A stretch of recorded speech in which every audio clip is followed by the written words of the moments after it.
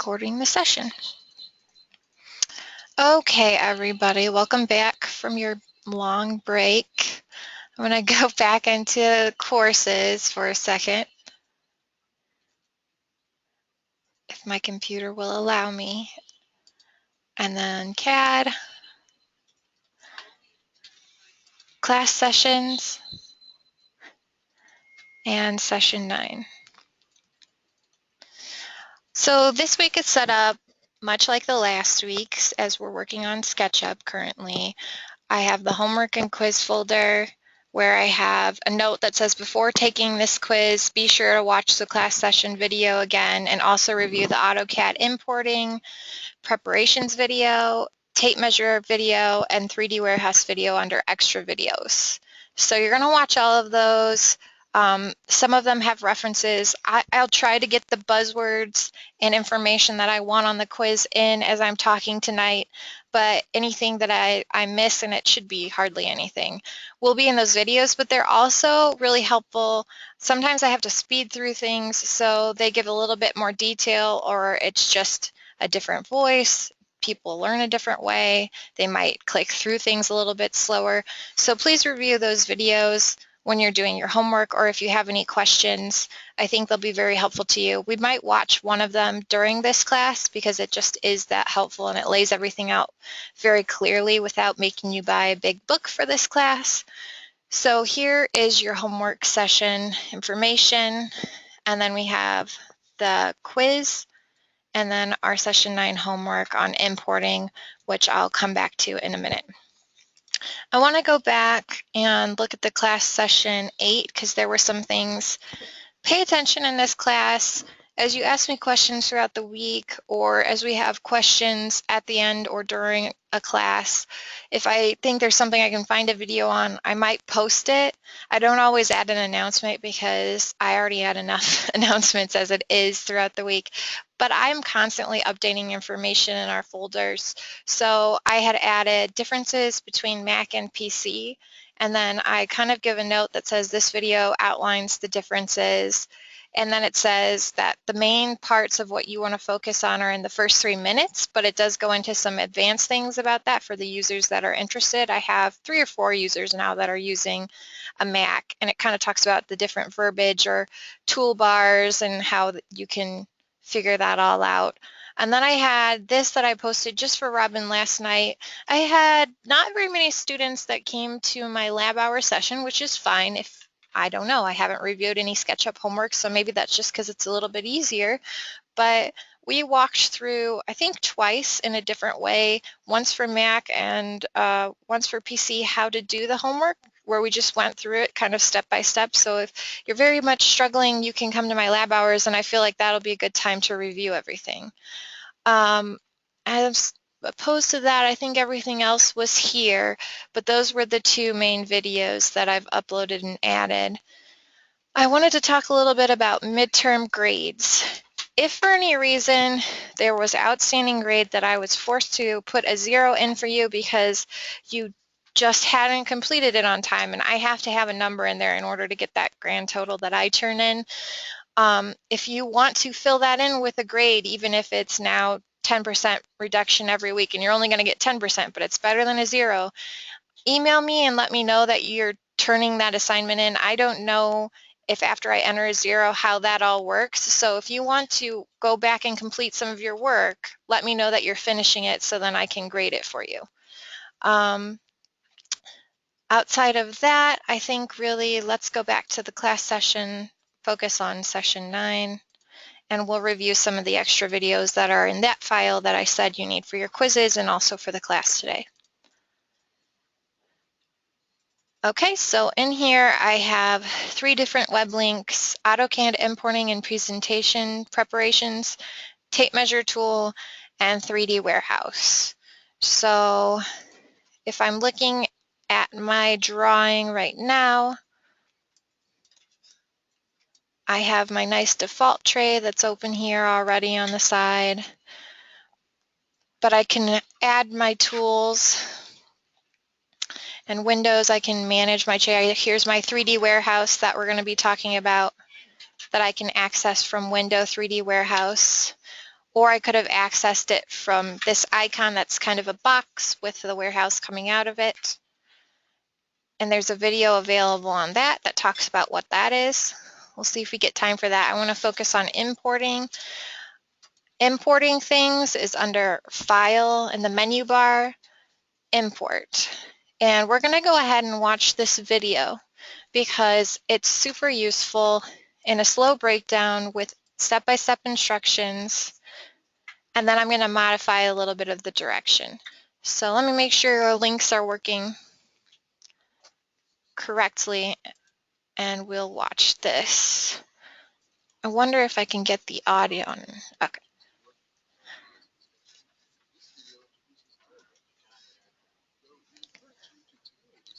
Can anyone hear this? I just want to check because I don't know how audio works when I'm talking and playing a video. Can you hear it, No, Gabe? I can't hear it. Okay.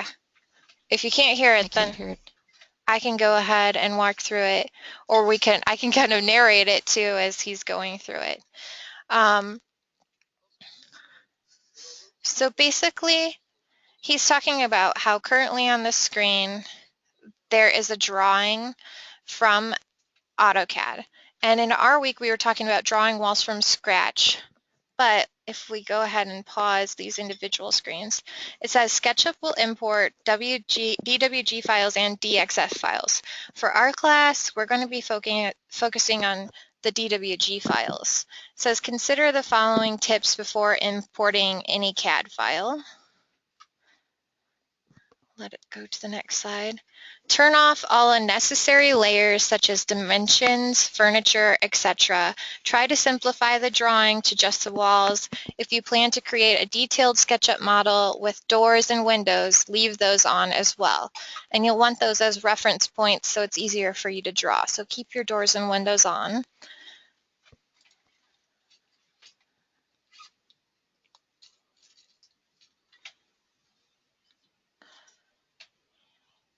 And it says, save a new file to import into SketchUp. Don't use your original CAD files. So the purpose of saving the new file is because you are simplifying, so you're going to get rid of all the layers that you don't want. And we'll review that after this video. But just like when we don't know how something's going to end up with CAD or SketchUp, we save it as a different file. So we have a copy of our original that's good and safe and filed in the background. We want to do that with our drawings that we're bringing into SketchUp as well. It says be aware of the default measurement units used by your software. You will need to know if they are inches, feet, or metric unit. So again, if you're going to import something into SketchUp, since it registers where we pick that first screen and we decide that it's going to be architectural inches and feet, we should be okay as long as we've set up our units in AutoCAD to be inches and feet. Otherwise, if you try to bring it in and it says decimal or it's as metric, then it would come in that way and it might not be exactly the dimensions that you're looking for.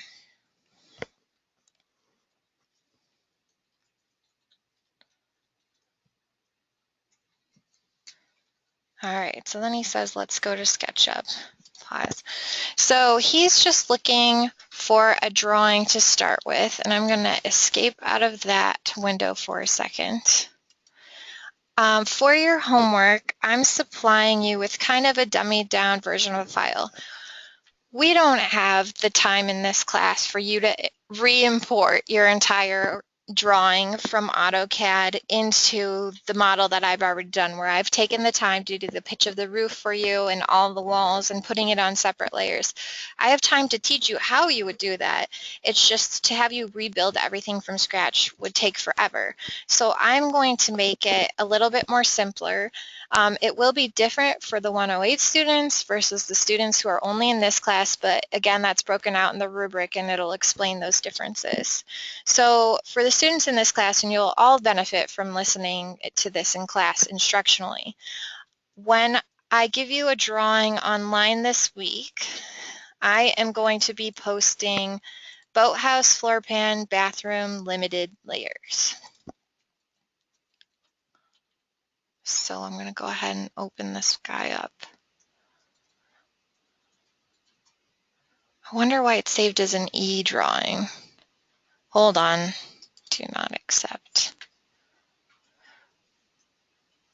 I wonder if I can open it with something else. Sorry, I have it saved as a AutoCAD drawing, but some reason this computer is saying that it is not an AutoCAD drawing. So I'm going to see if I can open it anyway. View. Okay, open.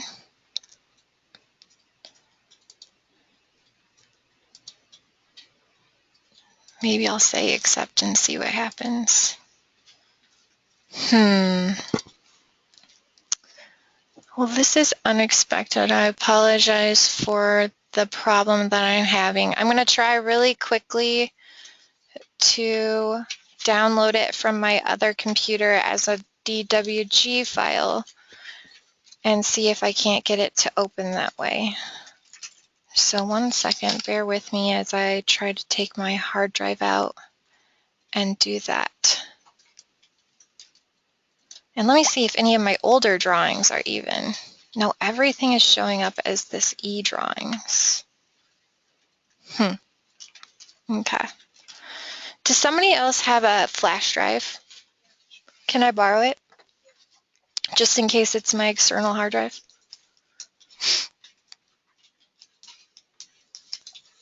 Thank you.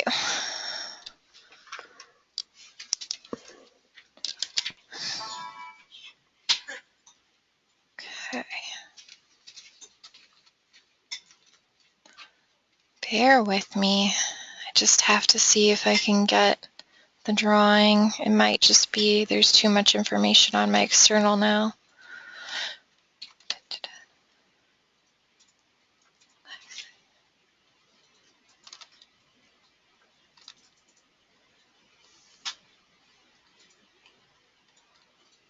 Or it might be this computer. Yeah, if it just opens files that way.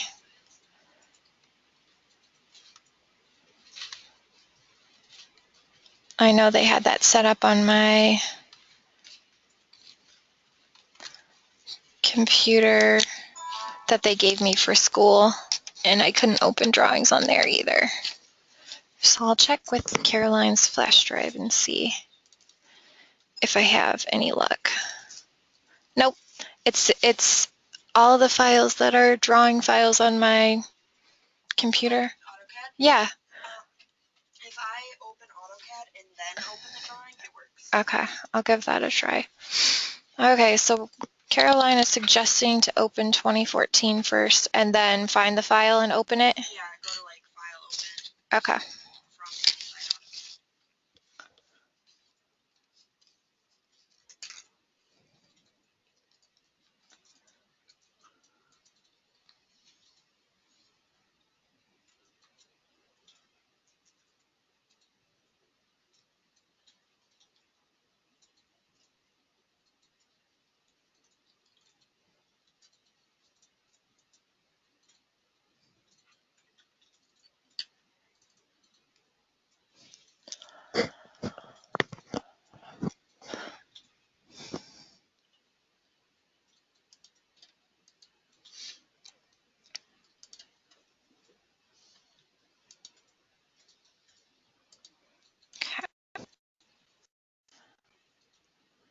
While everything's opening, I might as well try and open other things.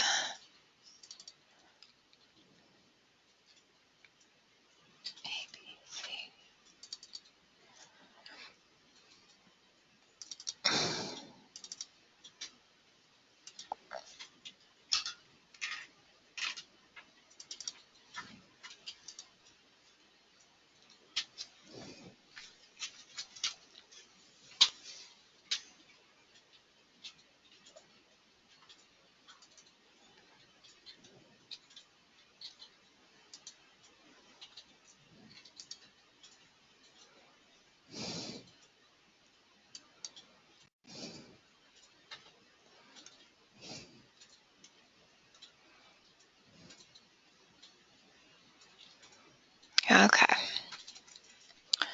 So there's one thing that And I'll go in through AutoCAD and open my files that way.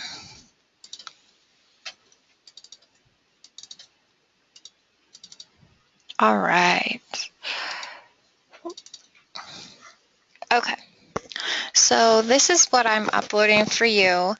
And what I've done is I have just taken the floor plan from my drawing and I deleted out the reflected ceiling plan, the site plan, all of the other plans that are unnecessary, and have created just the floor plan within a file. That way I'm really limiting what I want to bring in. And actually, I'm just doing this for your benefit to see it in context before I end up deleting even more things. But this is how you should be thinking about limiting your drawing before importing. Now, if I was you and I was going to draw the building from scratch, I would get it to the point where I have all of my walls drawn in, how I'm laying them out in this building, and the complete floor plan, and then I would import it as I'm about to show you. But in our case, I've already broadened the floor plan, so now it becomes a little bit trickier because there's other walls that are going to be on a different group and it's going to be kept separate. So I'm just going to delete out the stuff that's already existing in the drawing and start with what I want to add, which is all of this dimensioned inside. So I am going to delete out this entire side here.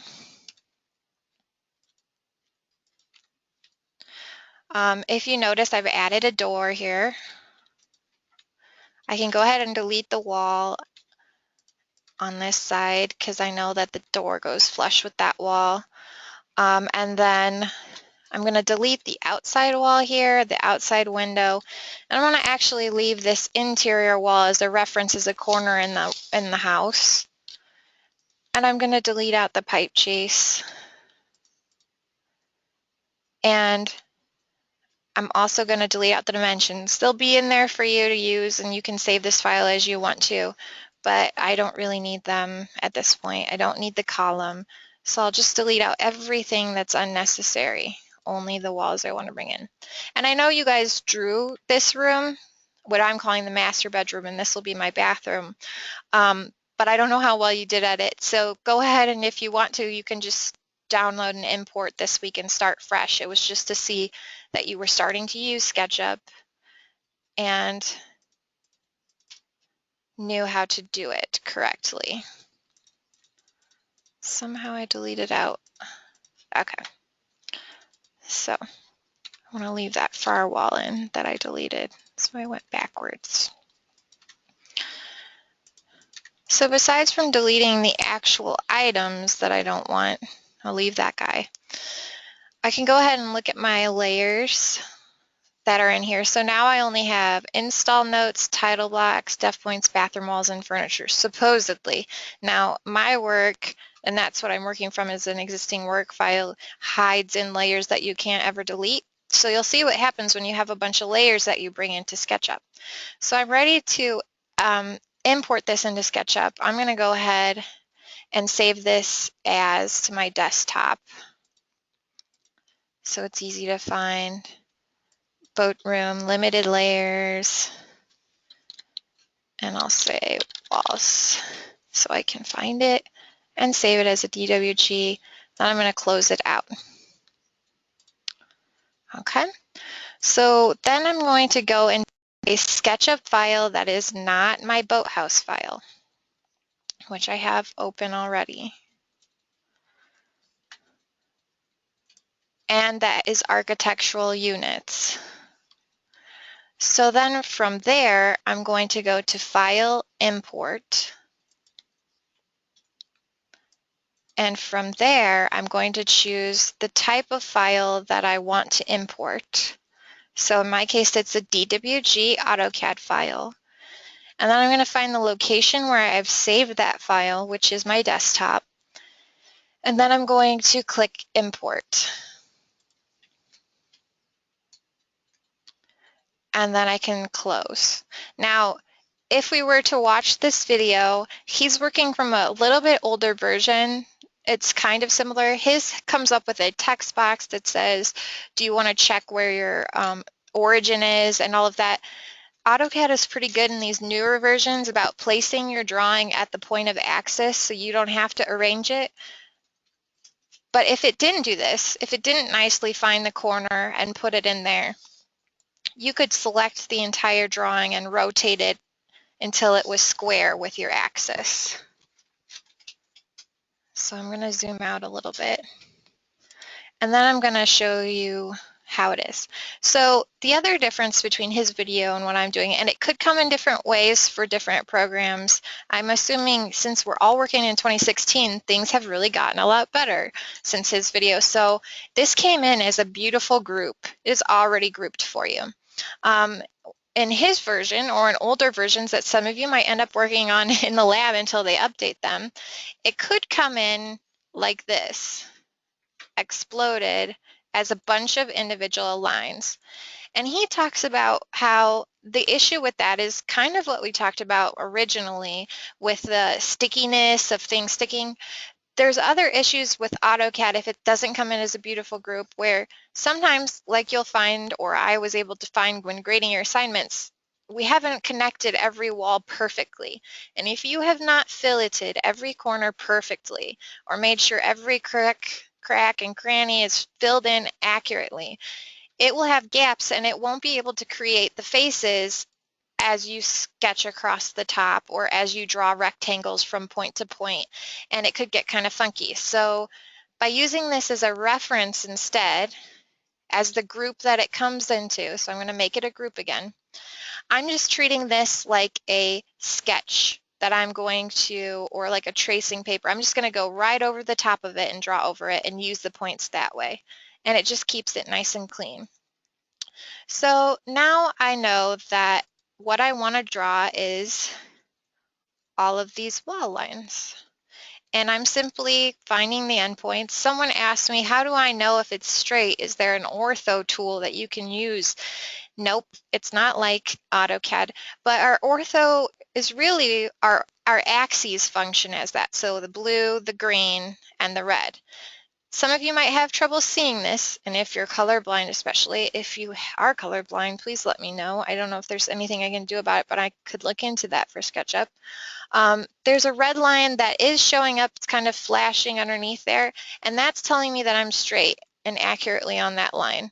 And then as I'm going back here, there's a green line that's showing up, that's telling me that I'm straight. You're going to look at it and your mind sometime is going to tell you it's not straight. I know it says it's red, but look at it, it's angular, it's not straight. Always trust the lines. It's a lot smarter than you are. It's drafting software, so it is straight. Just looks goofy in perspective. So I'm going to go ahead and finish and make sure I come back to the beginning point, and look how beautifully it drew all of those walls without me having to measure them all. Now I'm missing a little piece of my equation over here, this last part. Fill him in. Now know that because I did not double click my undergroup, I wasn't drawing in that set of lines. So this is all just a bunch of stuff right now. But if I want to bring it into my other drawing, at this point, I could go ahead and delete the CAD part of it. And I could select all of this and make it a group. So now I have my walls on their own group that I can move. And then if I want to come in here and edit this by double clicking, so I double click to get into edit the group, and then I use my push pull and I go up. I say 95 inches because I'm just trying to get some type of height that I can use in my drawing, and we can change that as we do our elevations, or you can add to it. I just want the idea that you know how to draw a wall. So 95 inches. And then the same with this guy. Well, you know what? I think there's a better way to even have done that guy. So I'm going to go ahead and go backwards really quick. Yeah, you can. 1 second. Thank you, Caroline. So if I go back and I undo a couple, and I could be doing Alt backspace. And now that it's not a group, if I go ahead and I join these, because really this is a door opening, so that's the piece that I'm missing. I don't want to have it be blank like that. So if I go ahead and fill that in, and I believe it's not a group right now. Oh, I want to unmake it a group. Or I could have done it as easy as that too. There's just so many ways to go about it. So this is on the outside. If I double click and I come in and then I redraw those lines to finish out my wall. And I click to the endpoints, and then I come through with my mouse tool and I delete out the extra pieces. Then I'll have my complete walls. Okay. So then I can come back through and find that 4-inch dimension and bring in my door later.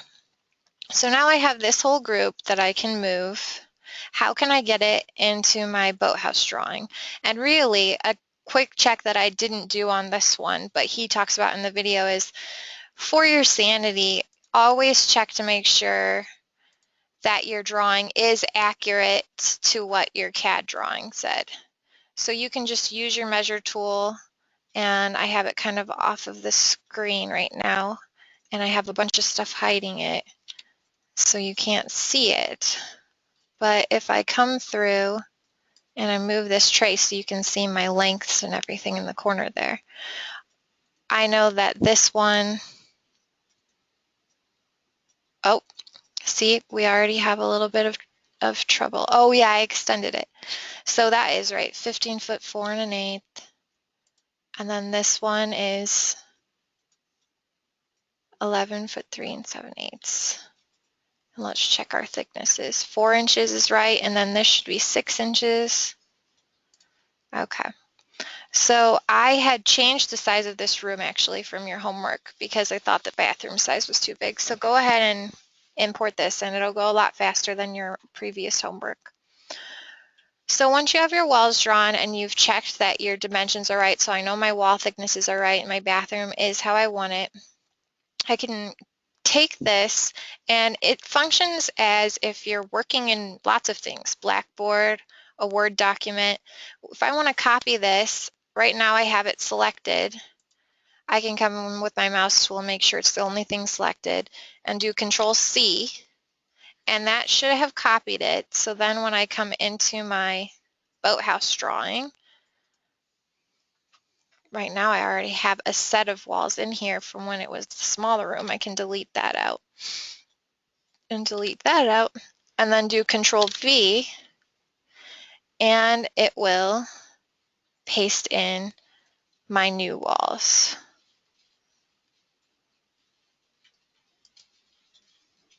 So there are my new walls. So let me go back here. Okay. So now that I have my new walls in, they're not all nice and lined up. So how do I get it to be really nice and pretty? Because someone asked me, how do I know where it is in the drawing if I'm just dragging it and clicking it? So we talked about inferences and making sure that we use those.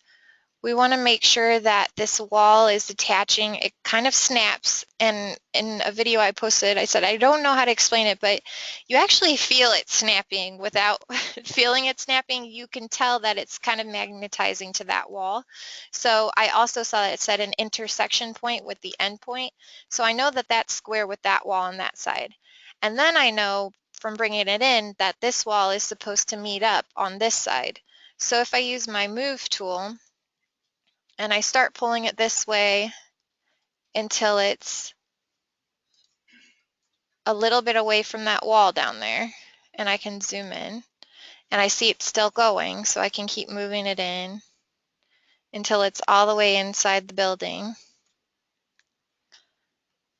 And then we can see that red line is telling me that I'm getting it straight. And right now I really should just delete this bed because it's in my way and I don't have my furniture layer on. So then if I had a nice blank empty space that I was working with, I can take this endpoint and move it until it snaps with that wall. And now I have each of my ends connected as they should be, and I can tell this lines up in the corner and this lines up with that wall. So I can go into that group now by double clicking it and select all the lines and push pull them to be whatever height you want in your design. I'd assume eventually we'd want it to be tall enough to meet up with those beams, but for now I'm just doing 95 inches.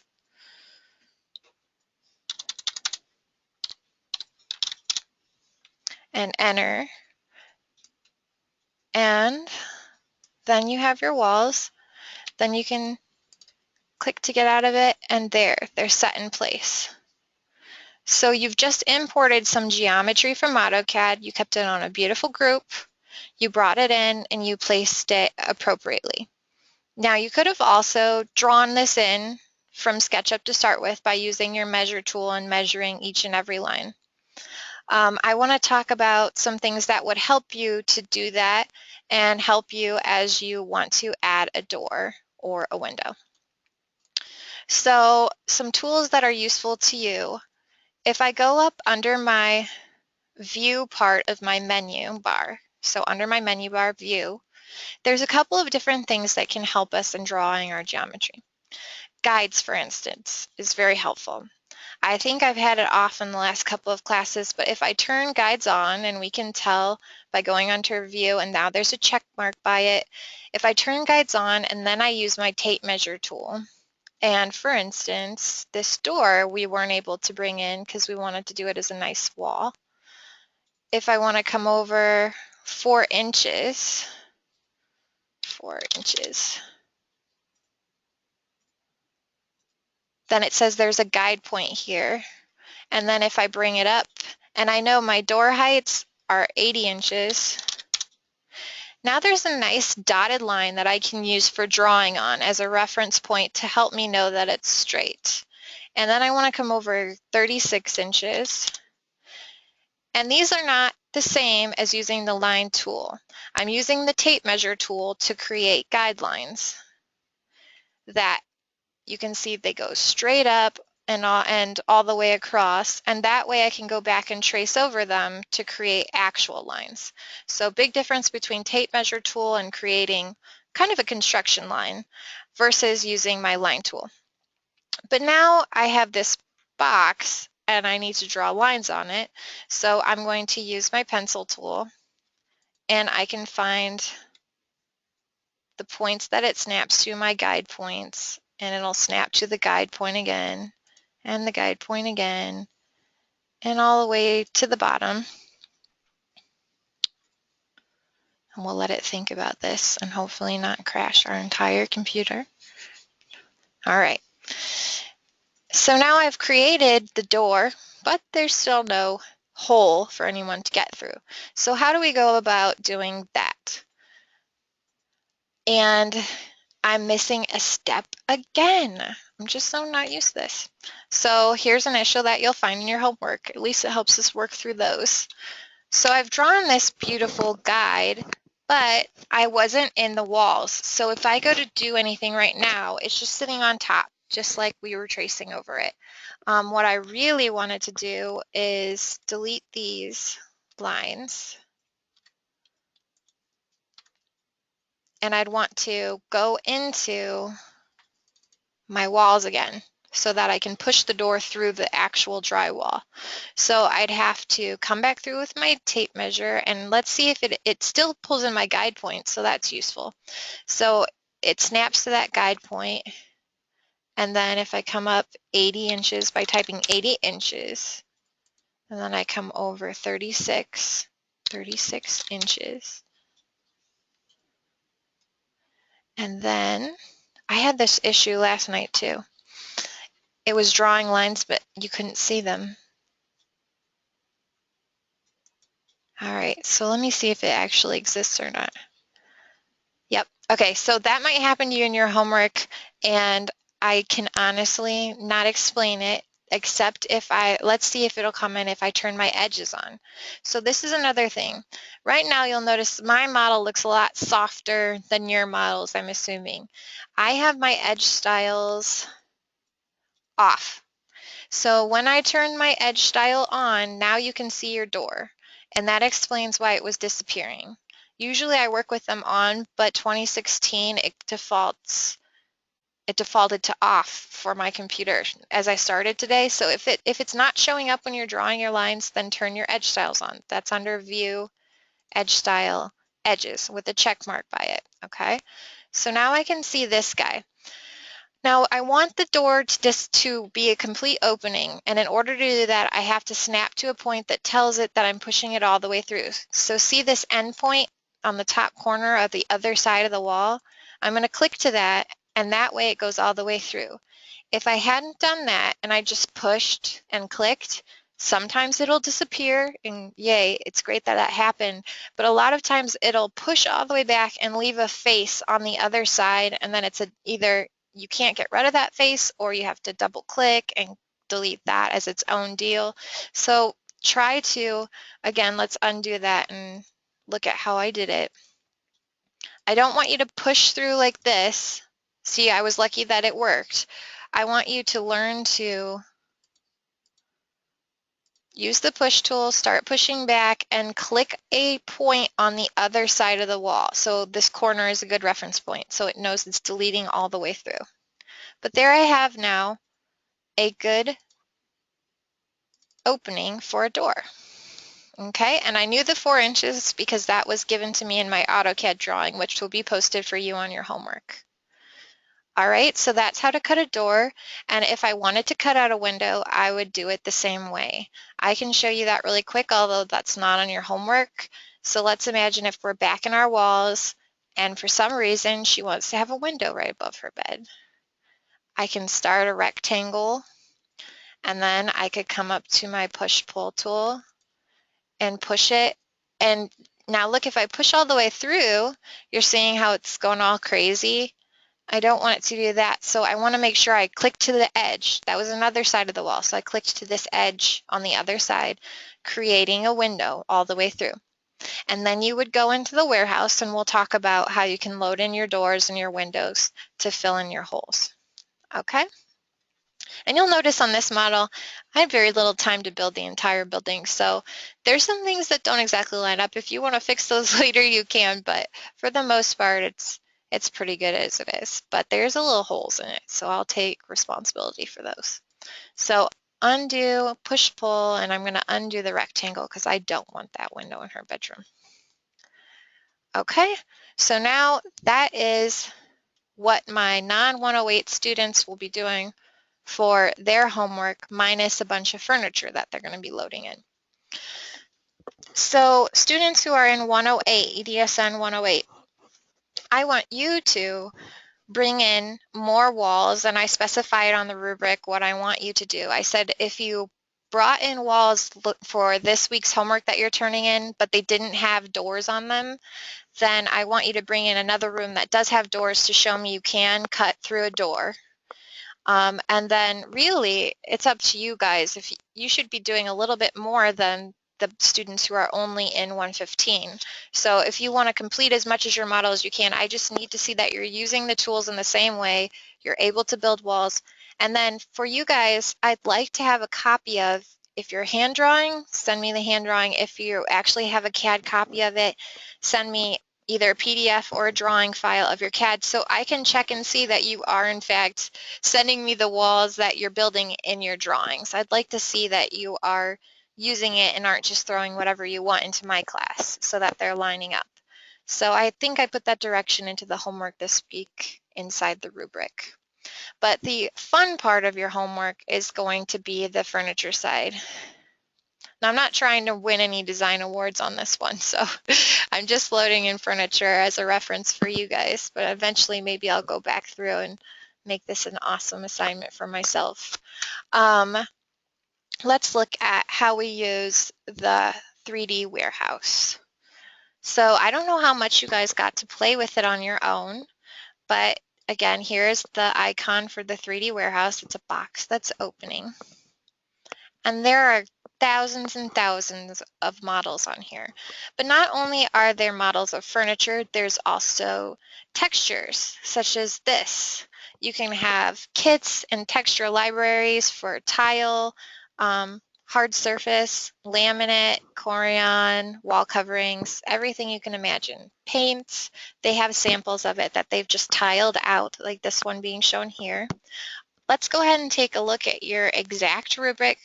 This way we're learning what we're doing on our homework and we're getting a good visual on how to do our homework. So if we go into the class session, in session 9, look at your rubric. So here's the rubric document. Definitely not that YouTube video.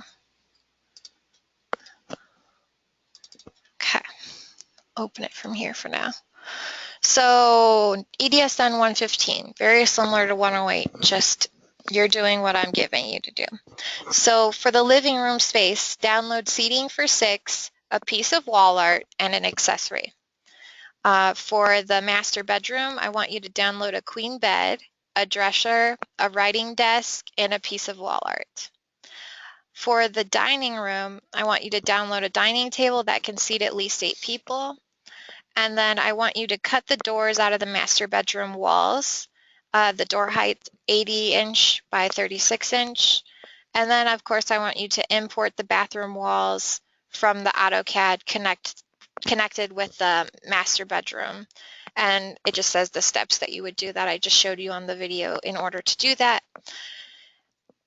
And let's see, yep, this is the current one. Okay, so that's pretty, I mean, that was the hard part. The part we just reviewed right now, the importing from CAD, it was the hard part. It may seem hard to you, it may seem easy. If it was the whole drawing, it would be a lot more difficult because there'd be a lot more layers, but that's the gist of how to import some type of walls in. Looking at EDSN 108, I want the same thing, but I want your seating closest specified for your class. So bring in models that match your design inspiration, the photos and specifications that you have specified for 108, and then however many people you are supposed to accommodate. And I have all of Cheryl's instruction and that she's given to you on what your actual requirements are. Cut the doors out as laid on your floor plan. And then I said if you didn't have walls already imported, go ahead and import them in. I want to see as much finish that shows me you have doors and know how to do that. And then import a set of bathroom walls. It could be your guest bathroom or master bathroom, or if you're sharing it, then that bathroom. So then here's the steps for you as well. So it's pretty clear once we get past the importing, then it's just loading in all of the fun stuff. So for instance, looking at my model, I had gone in through and I had typed sofa. There's 18,169 results for a sofa.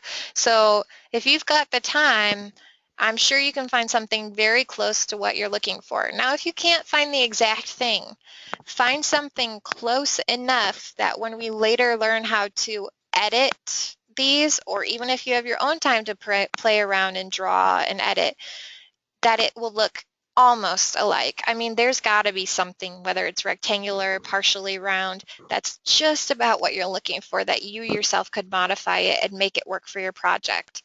So if you want to take the time, find something you like. I mean, try to be a designer about it. For those of you who aren't in 108, I'd like to see that you're thinking as a designer and you're not just doing, purple sofa with a bright red side chair and completely out of the box. Or, I mean, if you like this, maybe you want to use weird banana checker sofa. That could be up to you.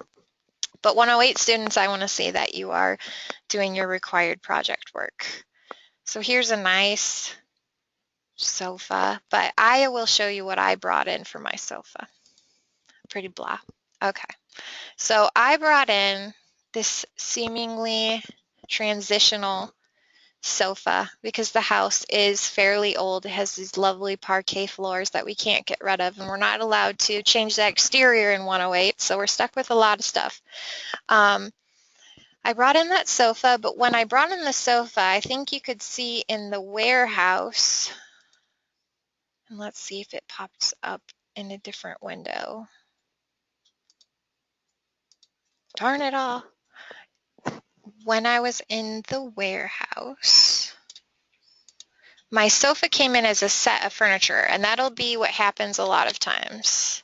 So I'm going to talk about how to fix that, if you don't already know. Here's an example, same concept.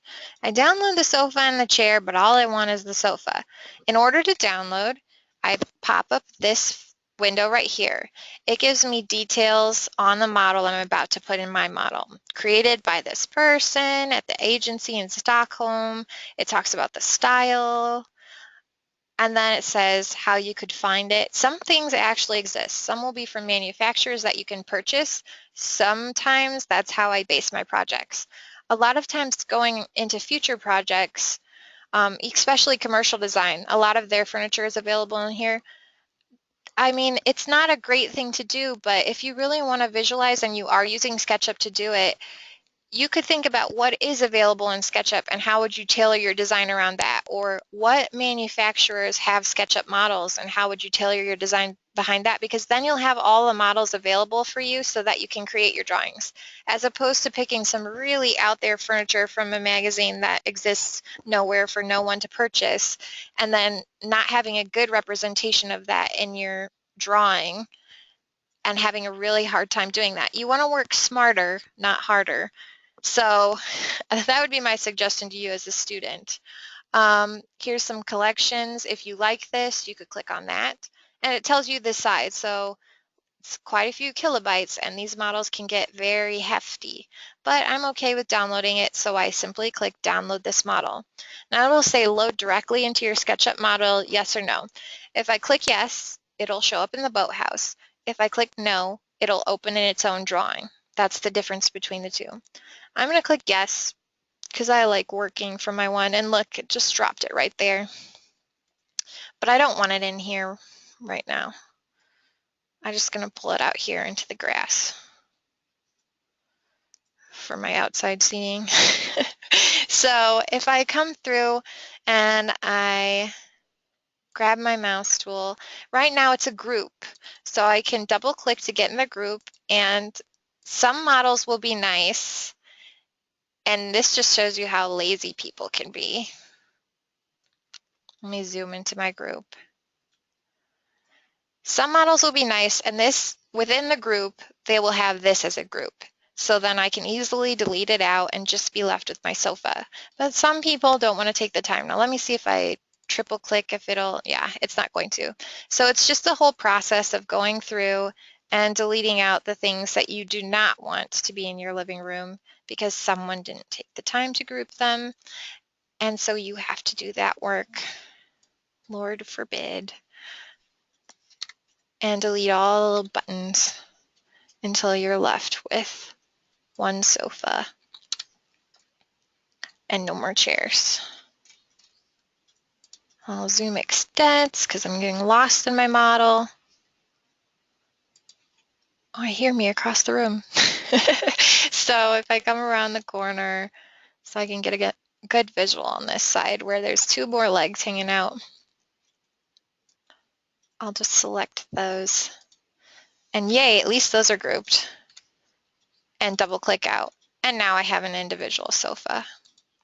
So I could, if I was really good at SketchUp, if I don't want to have this back on it, I could come through and just select the back and delete it and maybe find a different sofa and add another back. So bring in another model from SketchUp and copy and paste between the two until I build the sofa I want. So really, it's endless opportunity to customize your furniture.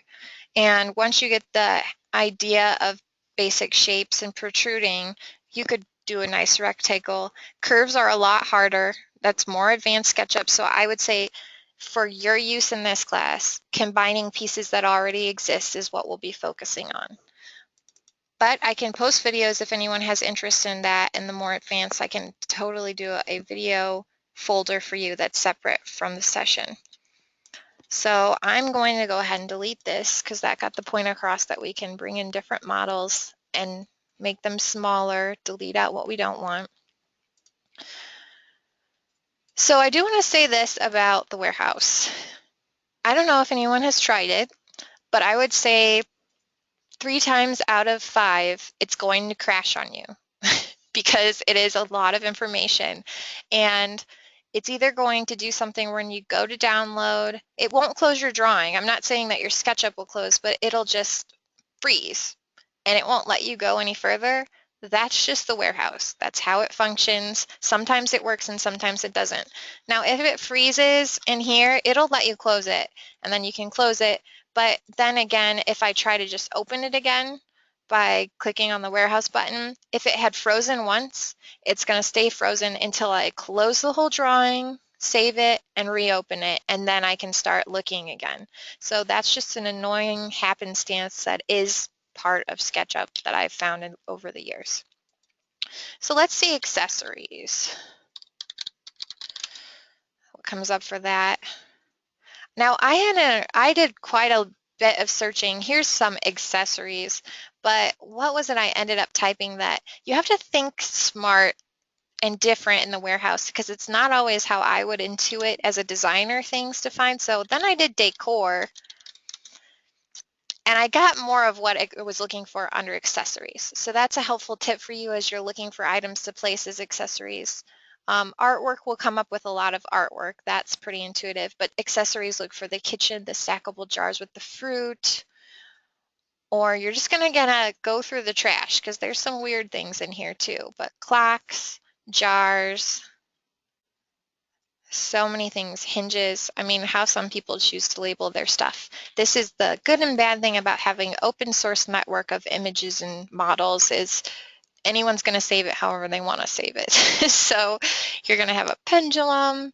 But what I brought into my model was some pillows for my chairs. They didn't come in separate with the chairs. And then I brought in vases for my table, a lamp, some wall art. I wanted my fireplace to have a cover. There's no end to what you're doing. I mean, I just told you what the minimum requirement is. If you want to add things in, more power to you, and that would be wonderful.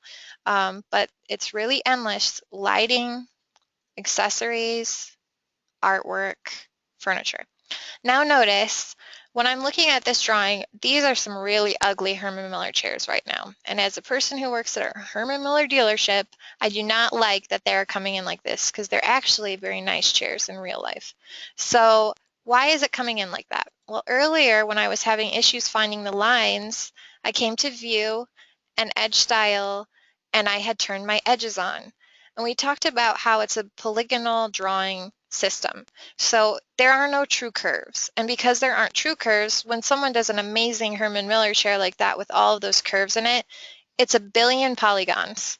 So right now we're seeing the edges associated with that. If we turn the edges off, it's going to render just like a normal chair. So when you're ready to get to that point of rendering, and we will be doing that, I think next week we'll be doing elevations. So if you do want these to look nice, go ahead and add as much detail as you can this week.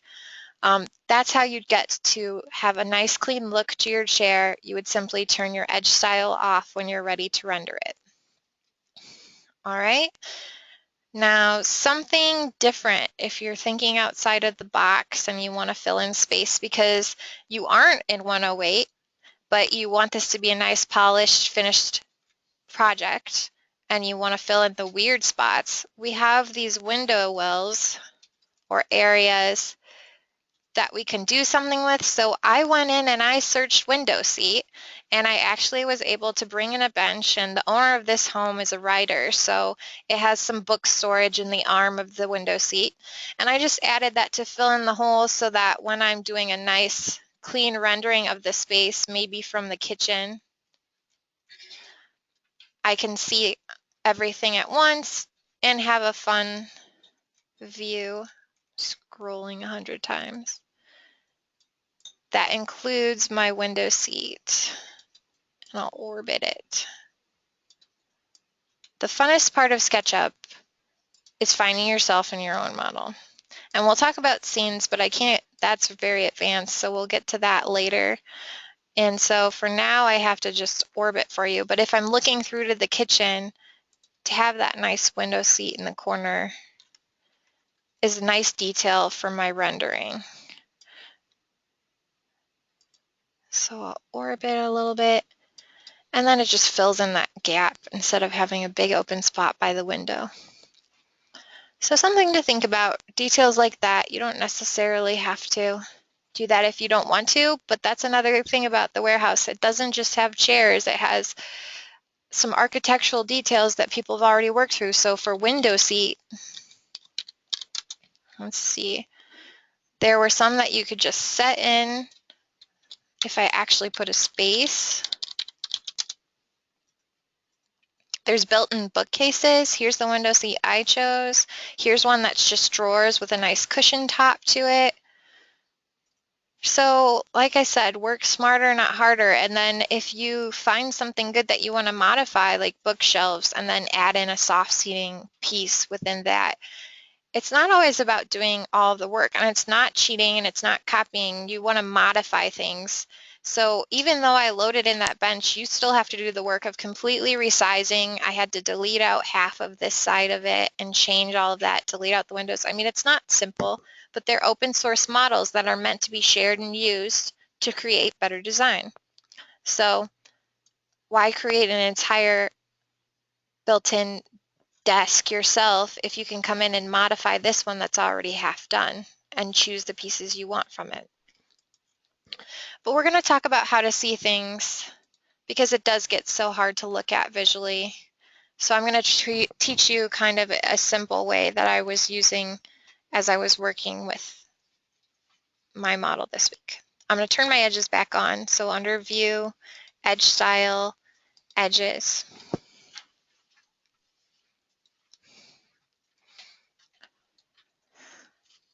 So right now, we have different things on different layers. And if I take my GoToMeeting out of the way over here, I don't have my layer info open. So I'm going to check under my window, manage tray, default tray. It says layers are over there. I'm just missing them. Or maybe they're hanging out on my screen. Hold on. Close out the warehouse.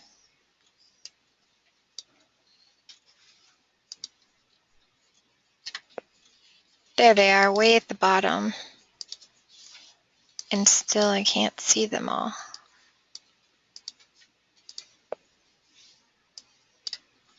Oh my goodness. Okay, so if I scroll down, then I can see my layers. So I have grouped everything nicely and for the most part in an easy way to understand. For instance, again, if we want to know how things are on, which things are on which layer, so I never put my walls on the layer that I want my walls to be on. I want them to be on room walls 1, which you guys had created for the homework this week. So if I was you, I don't think I have that layer yet. Oh, there it is. Okay, so I can right click this because it's choosing that group and do entity info. And then under entity info, it's coming up here, just so you know. Some of you it might pop up as its own box, but under entity info, I'm going to go ahead and choose room 1 walls, which I created for my homework. And now I can see that's the layer that it's on. Okay, so the same thing goes for anything in the house. If I click on the deck and do entity info, here it says it's on the deck layer. That makes sense. If I click on this, it says it's on the house layer. There is a lot on the house layer. So something about your layers, we talked about seeing things as visible or not visible by checking and unchecking these boxes. If I go ahead and find my house layer, house, and I uncheck it, you'll see that's a lot. So it encompasses the columns, the pipe chases, the exterior, almost everything, the first floor basically.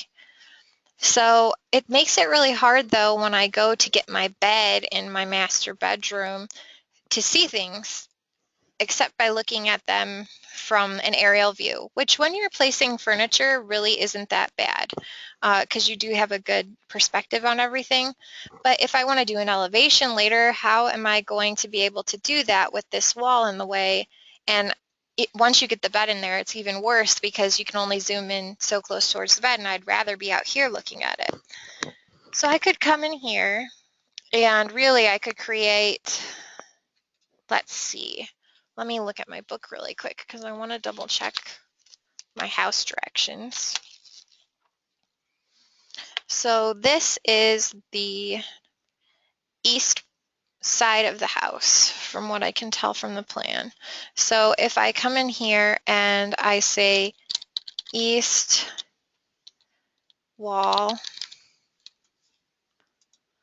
and then I come in to my group in here, and you can have faces within a group on their own layer, but still part of the group. So that's kind of hard to wrap your mind around, but I'm going to left click this face, which is part of that house group, and I'm going to right click entity info, and it says it's on south walls for view because I was working with my drawing last night before I knew it was the east wall, so I'll put it on east wall.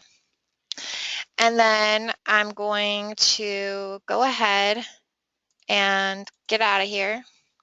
And then I'm going to go ahead and see what that did for my model.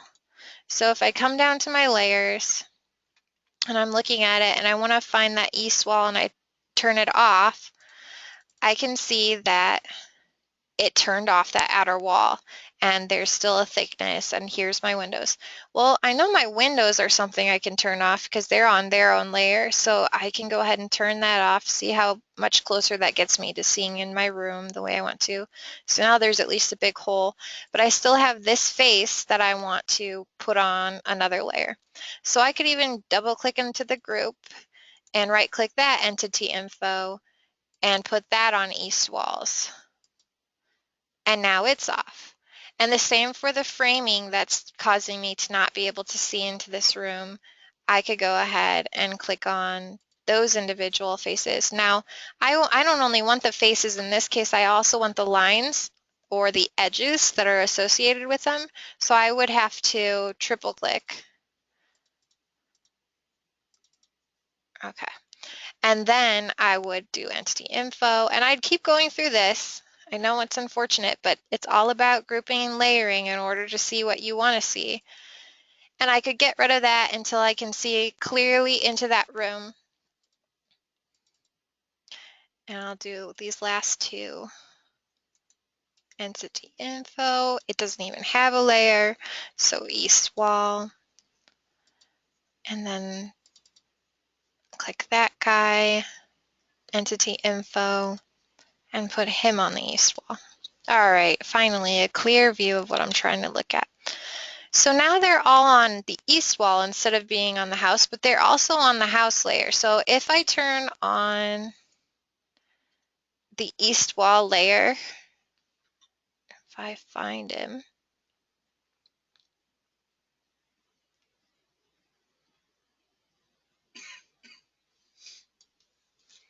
my gosh, I feel like my eyes are going bad. There he is. All right, so now he's on, but then I turn off my house layer. Notice how everything disappears still because I've put my faces inside the group on their own layers within that group, which is on its own layer. So now I have the control of either having the whole house on, the whole house off, or having the house on with just that wall off. And by doing the outer walls, so I could do west wall, south wall, north wall, I could toggle each of those walls off by having changed their faces within their group to be on different layers, but also having the control of turning on the entire house from the house layer. So now I can do them individually. And that'll help me when I want to go through, and I'm going to do it in the coming week, and maybe I'll even want to turn off the deck, but if I want a good view of my bed with the artwork and the walls, that's how I do that. I'd toggle the walls off by putting them on their own layers. So it's a lot of work with layers, but I think it helps you visualize what was hard for you to visualize in CAD and the importance of layers and separating things out so then you know where they're at in your drawing and how to see and not see things. All right, so I'm going to do a quick look over my checklist of things I want to get through before your homework. I think the furniture is fairly clear now that you just download the models. Something I was thinking about when I was in here, might as well turn the house layer off so you can get a really, really clear version of my furniture. And you could do that yourself if you're having trouble placing your furniture because of all these walls. That might be a time you want to toggle your house off and come and place your furniture. So when I was placing my furniture, how did I get it to stick to the floor? It's not always super clear, but SketchUp, especially 2016, has become a lot better with recognizing snapping to surfaces and faces. So if I moved this guy, right now, notice the blue line, that means I'm pulling it up in the air, okay? Then if I go back red, that means I'm pulling it straight back. And then if I find the green highlighting line, it's coming out towards me. So that gives me some references of moving my chair. But I could get it in a weird point. Now, right now, it's smart enough that it's sticking to the floor because that's what it originally was on. So I'm just sliding it on the floor. For some of you, it might look like this is in space. But when I pull it up here, now it is going to stick to the table. It wants a reference point of what to stick to. So the best way to get it to stick to the floor is by clicking on its basemost point, one of the corners. And then once you have that face of a group, you can stick that face on face. See how it's highlighting on face of the floor? And that's how you know that it's inferring a face to a face. You click the bottom face of this chair to the face of the floor. So it's all about reading the pop-up boxes that come along with the furniture you're moving and paying attention to your axes as you're dragging your furniture. Another quick trick, I brought this chair as an individual chair, but again, Control C functions as you're copying. So you do Control C, Control V. Now I have another chair that I can paste and I could just do a bunch of them, and that's how I went all the way around the table. Of course, I only copied 2 of these and copied them over, and then once I had set of 4, I mirrored those or rotated them and put them on the other side. So again, work smarter, not harder. Think about copying things instead of using one thing a billion times. So I'm going to go ahead and get rid of this extra chair. Let's think if there's anything else that you need to know about the 3D warehouse.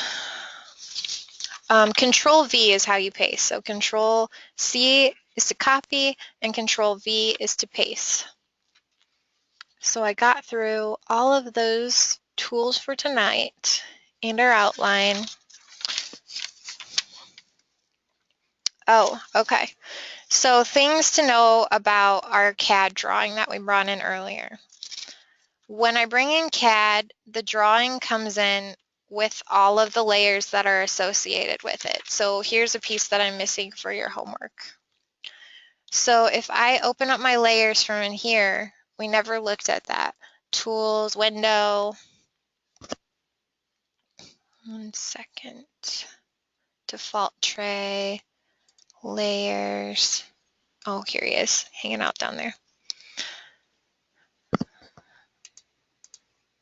Okay. So it brought in all of the layers associated with my file that we looked at earlier. Bathroom walls, my notes, which is that purple, even though I deleted it out. The definition points, the title block, the fern layer. I don't want these layers. So what I'm going to do, and I should have done this before I took this into the other drawing. It's not going to hurt anything. I could delete these in the other drawing. It's just sometimes it's not as neat as this. If you had your entire boathouse drawing, that could have been 50 layers. You don't want to copy that into your other drawing and then have 100 layers and some that you don't need now that you've started layering things in SketchUp. So you want to go ahead and select all of these and then hit delete. And then it's going to prompt you, layers to be deleted are not empty. Choose what to do with the contents. And we're just going to leave it on move contents to default layer. Okay?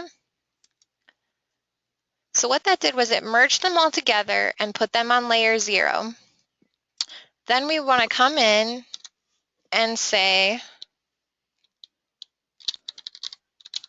floor plan or walls or whatever you want to make the new layer. And then I want to right click this, get the entity info, and move it to its own floor plan layer. And then that way, when we copy and paste it into the other drawing, we're not bringing it with all the baggage associated with our AutoCAD drawing. We've got it all nice and cleaned up down to one layer. So that's probably more about layers than you ever want to know for one night, but that should help you with your homework. So when you get to this point that you've grouped everything together, go ahead and delete the extra layers and put it on its own layer to bring it into your boathouse drawing. So let's see if it brought in all those layers.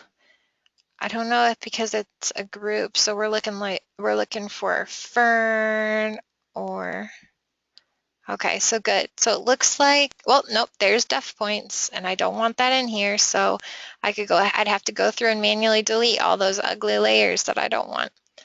So you don't want to bring in those with them. You just want to make sure that you get rid of them before you bring it over.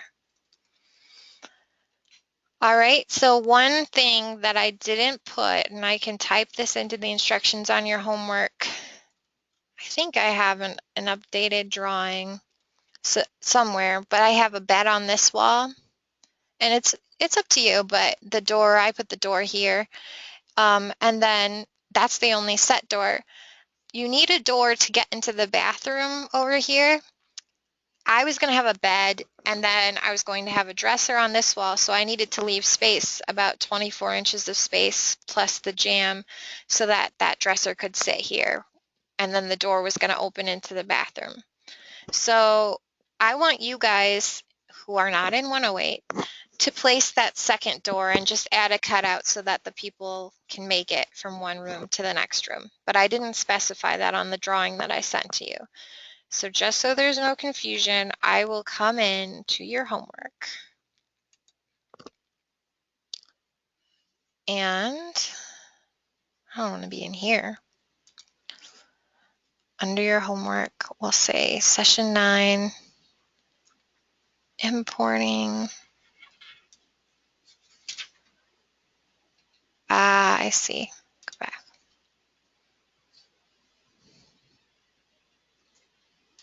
You guys are real quiet in the chat box tonight. Did anyone have success with their homework this week?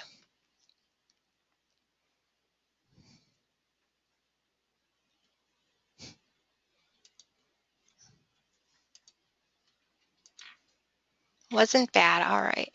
That's good. Was it really different to draw in 3D than it was to draw in 2D?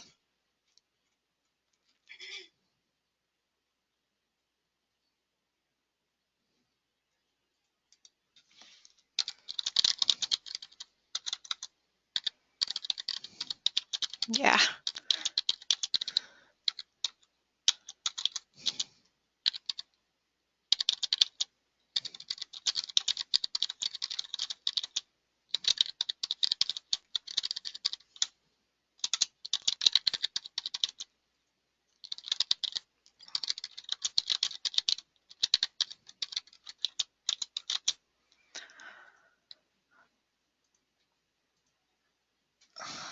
I couldn't push pull walls. Everything moved. Most of the items. Easy so far.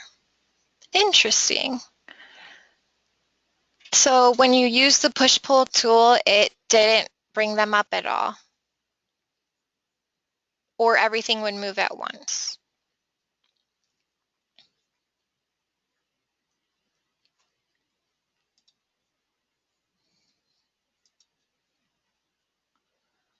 Huh. All right, we'll have to look at that for sure, Mary. We don't want that going on. Okay, so let's see. Students 9108. Add a door to get from the master bedroom to the bathroom. That would be 80 inches by 36 inches as well, just as a standard for an interior door. Okay. Oh, I could show you doors and windows. Although it's out of the scope of our work, we might as well learn about it since we still have time. Who'd have thought we'd have time? I'm so excited. Okay, so let me submit this so that that's clearly in there as direction for you. Doors and windows. So we're going to go back to this guy.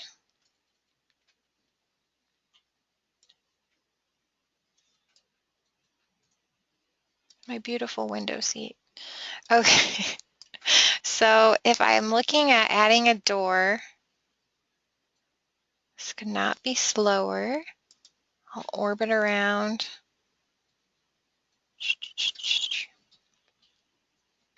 And save often, so I'm going to save. File save. Because it is getting slower. The slower it gets, the more it's necessary to save if I were you, because that usually means a crash is on its way. Don't panic. Something minor is messed up in your model, but SketchUp can fix it. Would you like to fix it now? You probably won't notice anything different in your model except that it'll work better. All right, let's fix it now.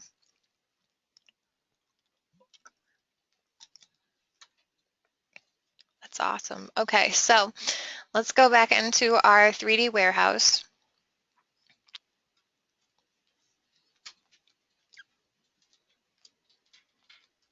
And from here, we'll do door. I'll just wait for how many results. 49,000 results. Look at those doors. There's some distressed doors, some creepy haunted house looking doors, glass doors, double doors, all the kinds of doors you could want.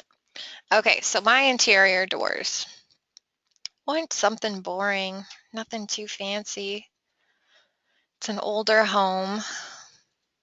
And you will notice there's kind of like higher definition models versus low definition. I'm going to have to research that because that's newer than I am.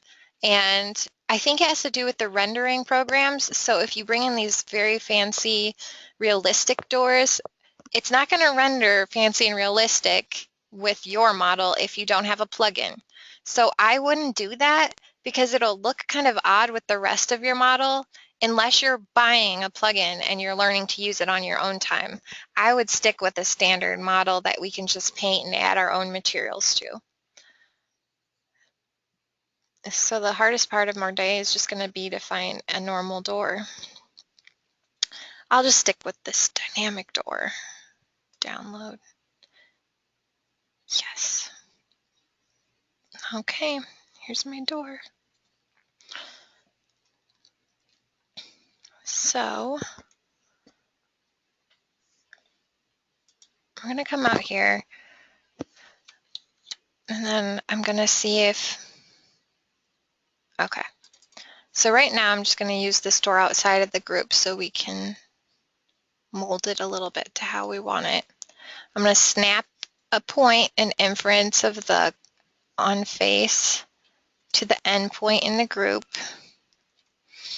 And I'm going to obviously see that I have some issues with the height of my door. Let me go ahead and check the height of my wall. And sometimes SketchUp doesn't do what you type in, especially if you accidentally pull an AutoCAD and type the foot with the dash mark. It does not like that. 7'11". Okay.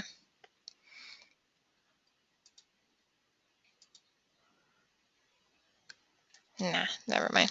Okay, so then if I want to adjust my door, 1 second, tools, I'll select it, and then I'm going to use the scale tool, which looks like this.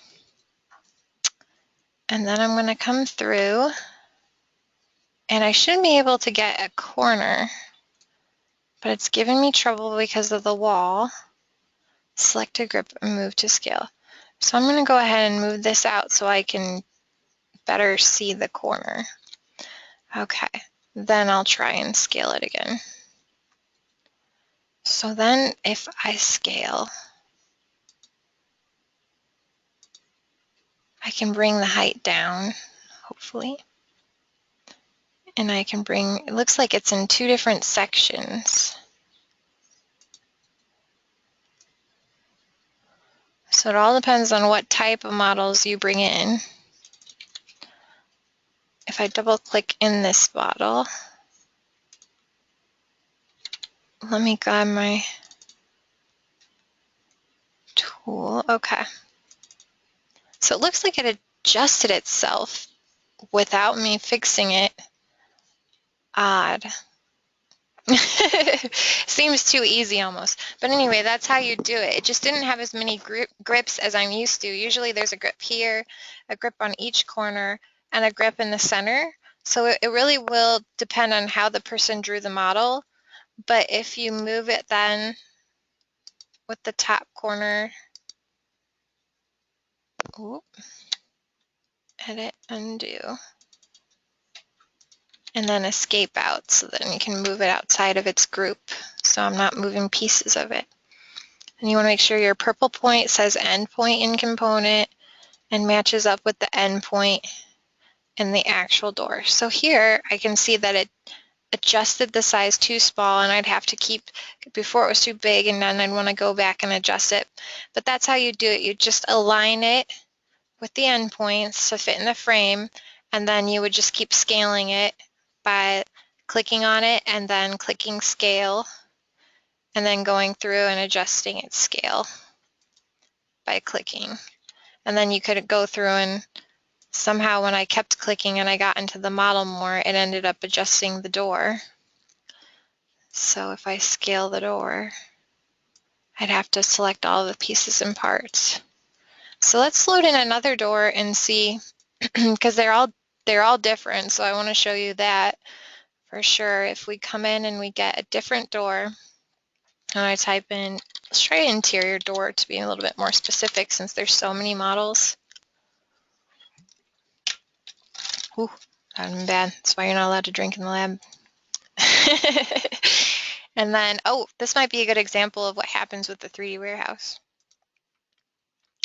It'll have a white screen like this, and then when I go to open it again, it'll think for 100 years, and it won't let, and it'll keep thinking. So I'm going to have to save my model, and then close it.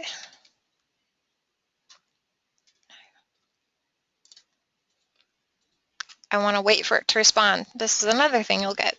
When it is overwhelmed and it has troubles with the warehouse, it might do this. So click to wait for it to respond. It's not always going to respond, but I think that SketchUp actually has a safety save on it.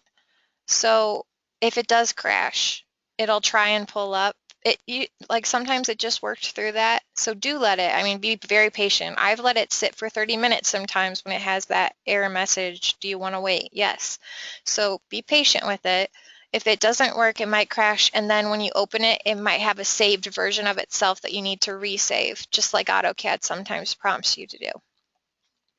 So then I'm going to close it and close this guy because I don't need him anymore. And then I'll open, looks like I still have it running in the bottom there. So if I go back through and open SketchUp, I can pull up a recent file.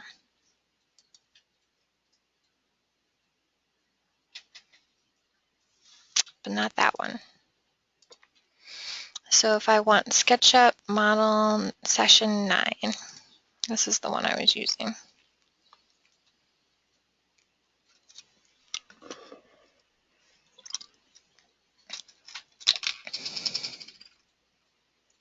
You can do it. Okay. I'll let it think through everything it needs to start. And I'm going to select the 3D warehouse. And then we're going to try this again. Interior door. Okay. So let's just try the 6 panel and download it. Yes. So when I bring this in, and you'll have a variety of frames too, of different sizes. So you might need to adjust the thicknesses. So let's see what snaps this guy has. I say snaps because I work with AutoCAD. We'll see what end points this one has. So he's selected, and then I want to go to scale. Now this is what I was expecting from this door. So then I can uniformly scale it down, or if I just wanted to adjust the height, I could change the height of this door. And see how nice and clean that one was? That's what I was expecting from this one. I think the reason why this door didn't work is it's a dynamic component, and that's something that we're going to have to look at another time because it functions differently. So instead of just nicely scaling down, that was going to be in, I think, 2 weeks from now, where we talk about components and how to use dynamic components. Sometimes they're the ones that the door can open and close. It can adjust all of the sizes. So it actually should adjust better than this door, but it requires you to do a bunch of tools and clicking to get to that. So play with the models that you bring in. This door would be a very easy door to use because it has all of its different endpoints for you to adjust the size with already attached to it. And we will get to another thing I want to talk about. If you find a sofa that looks like yours that's not in the right color, we're going to apply materials next week. So no worries about that. Go ahead and bring it in anyway, and we'll get it to how it needs to look in the following week. Okay, any questions about what we've learned tonight or something you want to see redone?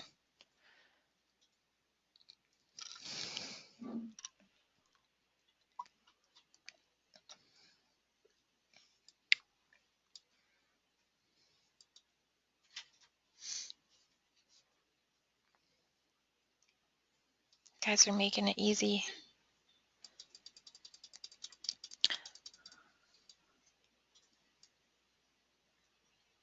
All right. Well, in that case, you're confused about the layers. Okay.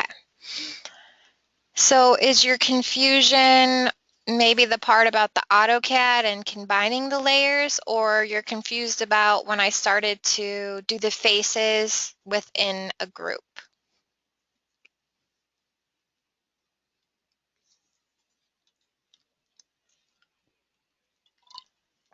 How I put like the east wall and I could turn it on and off, but it was still part of all the other walls. Was that confusing?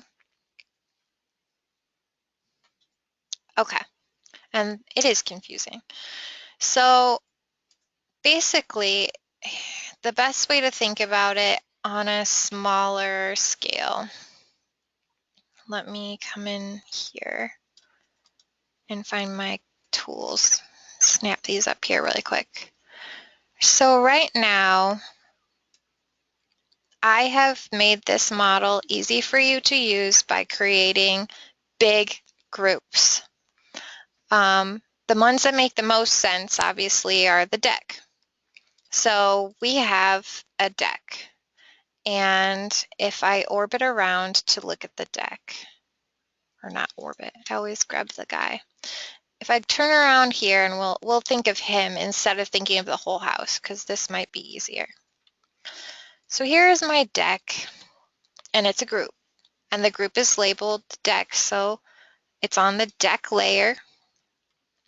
And I know when I grab my mouse tool and I right click and entity info, it's on the deck layer. I see what's highlighted includes the legs, the sides, the boards of the deck, and the railing. But those railings, the legs, and the boards, they're all made up of edges and faces. And while I can have one big group that when I come into the layers and I have to scroll all the way down to here to get to my layers, is the deck that I can turn on and off. So there's one big group. If I double click and get into the deck, I have individual faces and individual edges. Even though they're in this group, they are their own pieces that make up the deck. They can be on their own layers that you can turn on and off outside of the deck layer. So let's say at some point I want to do a shot of the house eventually, a photo or a JPEG, but I don't want to have the railing in it because I want to just look at the fireplace for some reason. I have the railing that's even on its own group within the deck. So if I come in here and I were to select the railings, I could do pieces of it, or I could have, when it had the whole thing selected, I could put that on its own layer. Any piece could be on its own layer. So I'm going to select this piece and right-click Entity Info, and I'm going to choose to put it on a new layer. So I actually have to create one for it, because my plan is to be able to see the fireplace better. So I'll say rail in front of fireplace, or chimney, you'll say chimney. So I created a layer, and then under here, once I've selected this and I put this on rail in front of chimney, it's on its own layer, but it's still, because you can tell with the green that's going on, inside of a group inside a group. So if I click off to the side and I exit out, that rail is still part of the deck group. You can tell because it highlights everything in blue. But I've made that individual railing available to turn on and off on its own layer. So when I go back down to my layers, and I can select my deck again, just to show you nothing's changed, the whole thing disappears because that's a whole group on one big layer. But then if I go and I select the railing in front of the chimney, it will hide that individual piece within that bigger group. Does that make a little bit more sense?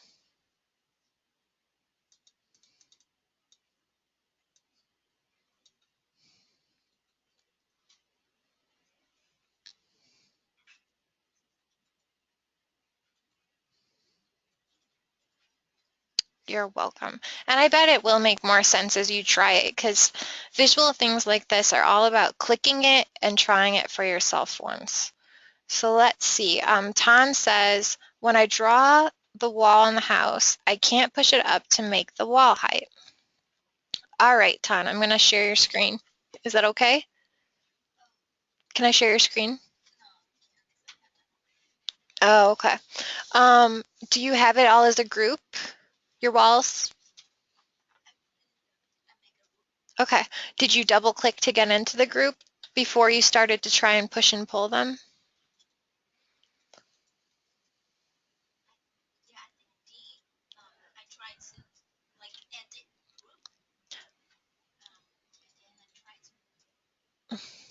Well, go ahead and scroll in, because I think I see the problem from here. Go ahead and scroll in closer to your walls. You can't see Tan's screen because she is working on a smaller computer, but keep scrolling in. So you don't actually have anything in there. You just have an outline. You need to trace it all to build the face. Right now you just have edges. And then once you have the face, you can push and pull the face up. So you need to double click into the group and then trace it with the line tool in order to create a face that you can push and pull up. All right. So I'm going to just, while I have you here, and I don't have you for very much longer, kind of show you what would have happened if I had a bigger drawing. There's not very much that would change if I tried to import something bigger, but some of you will be trying to import parts of your 108 into here, and I suggest doing it exactly how I did it tonight in rooms, or as all in the interior walls, and delete everything but your interior walls, and then just drop that in here. And my apologies if it's not perfect matching up to the drawing, because I drew this, I think, in tandem with my drawing, and then at one point, in order to get the roof how I wanted it to be, I had to adjust it a little bit, but it shouldn't throw you off too much. These ended up working out so far, so if it's like an inch off or 6 inches on one part, let me know, but it should be okay. So if you're going to do your whole drawing, you're going to want to go in and delete everything but your interior walls that you're bringing in, and do exactly what I did tonight. You could do all your walls at once that way by tracing them. So let's just look at a bigger drawing. If I go into this open model and I import, let's see, AutoCAD.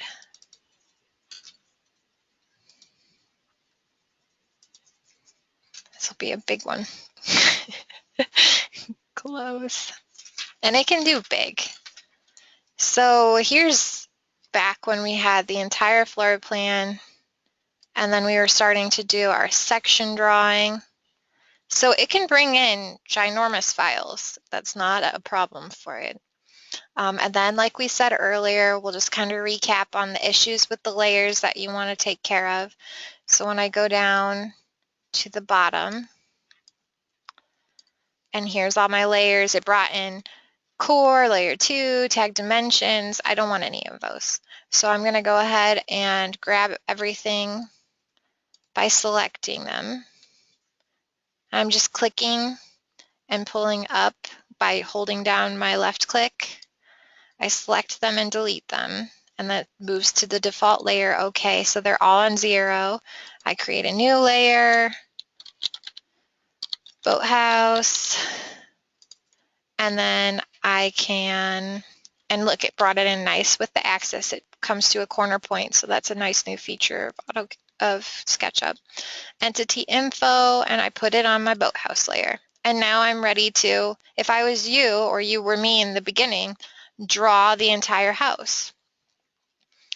And I would just trace all of it all the way around the outside, or I could do it in pieces, but it's really nicer to just have your solid walls on the outside. And this is the reflected ceiling plan, so I'm missing some thicknesses to different things.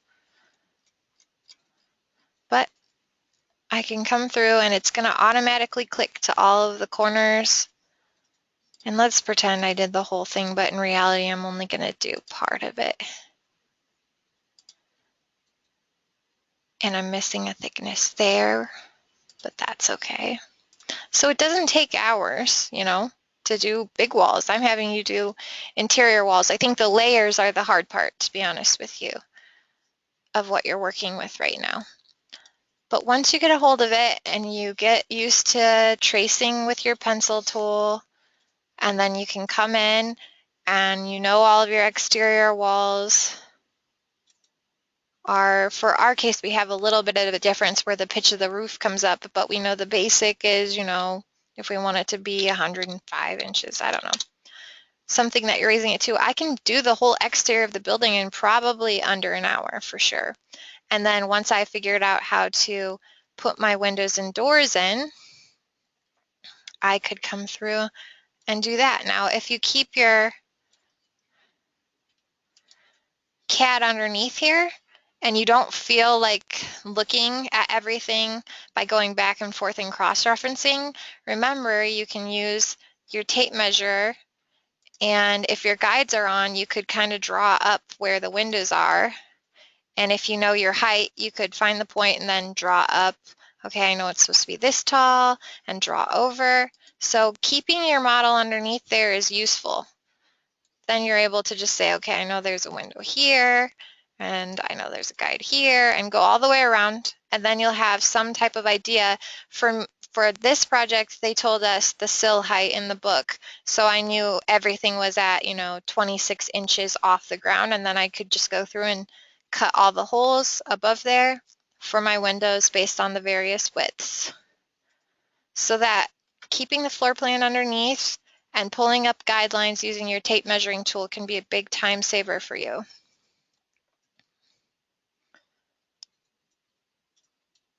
Okay?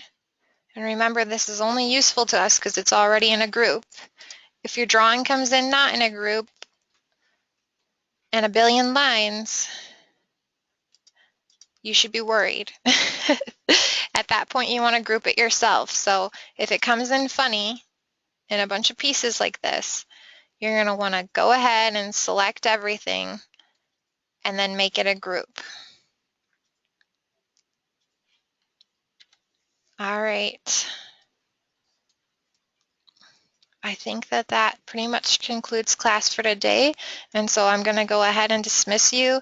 If you're really struggling with your homework, please don't be shy and attend my lab hours because we can walk through the homework again, and if you're having trouble, then it's really useful. I am going to start a recording for some students who have asked the lab hours for those of you who can't make it, because if you can't make it to lab hours but you're willing to watch another video, then I think it's worth the time. I'm going to be there anyway, so I'm going to go ahead and post that for you. All right? Again, if you didn't have it or you had an assignment that you got a 0 on because you were racing against the clock to get it in, but you want credit for it and you aren't past the date to get credit, just go ahead and shoot me an email so that I'm reminded to let you enter that new grade and submit. Okay? Have a good evening.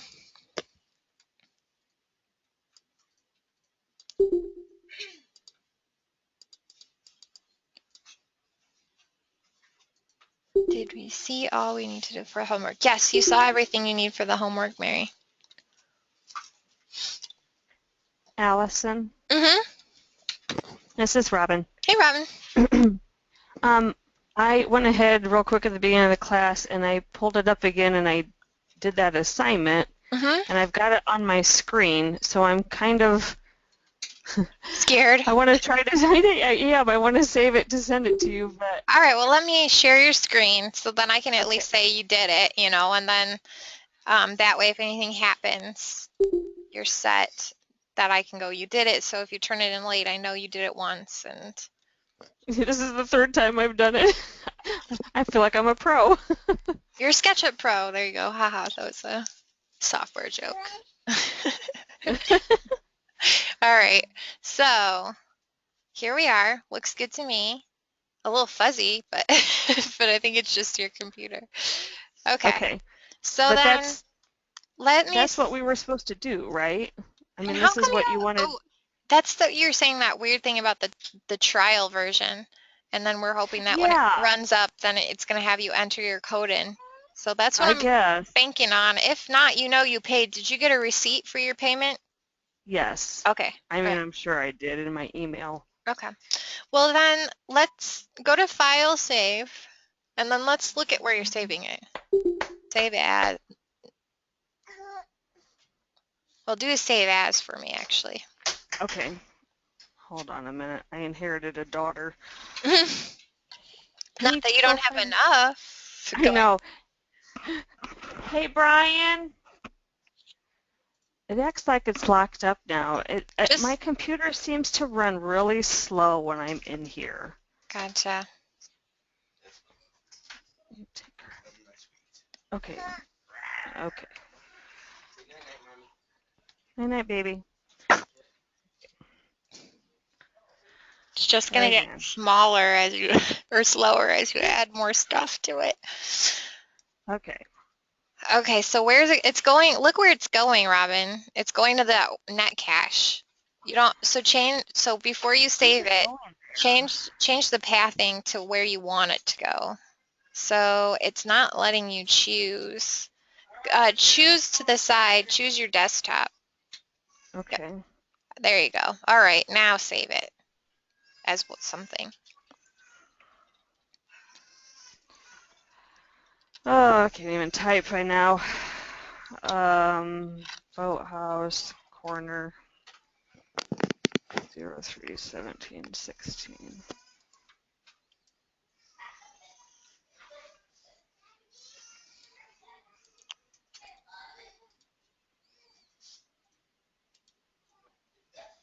Oh, goodness.